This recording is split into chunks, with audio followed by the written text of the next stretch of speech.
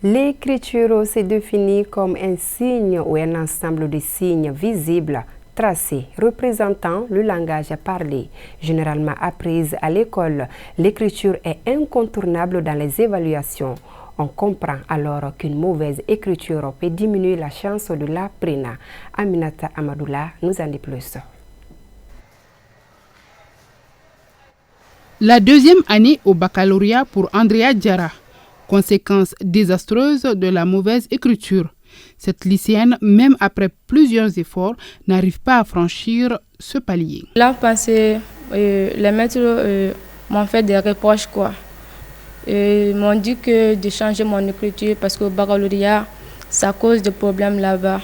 Donc, j'ai fait mon mieux pour changer, mais on dirait que ce n'est pas suffisant. Le mal écrire ne se constate pas du jour au lendemain. Il résulte du manque d'application de l'enfant dans les petites classes. En première année, l'objectif visé ici, il faut que l'élève doit écrire, doit lire, doit compter. La base, c'est là-bas. Donc dès que, n'est-ce pas, cette classe-là, l'élève a échoué là-bas, il ne sait ni lire, ni écrire, ni compter.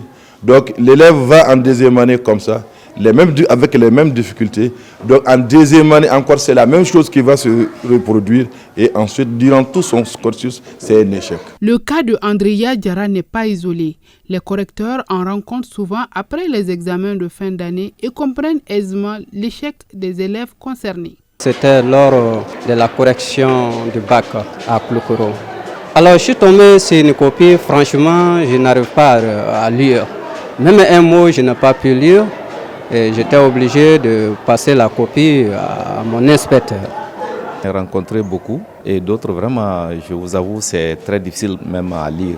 Les conséquences, n'est-ce pas, de ces mauvaises écritures, c'est que l'élève, par suite de cela, peut échouer à son examen. Parce que si le correcteur ne sait pas ce que l'élève a voulu écrire, ça devient un problème. Une fois la base de l'apprentissage ratée, il est fort probable que le problème persiste à devenir une tare.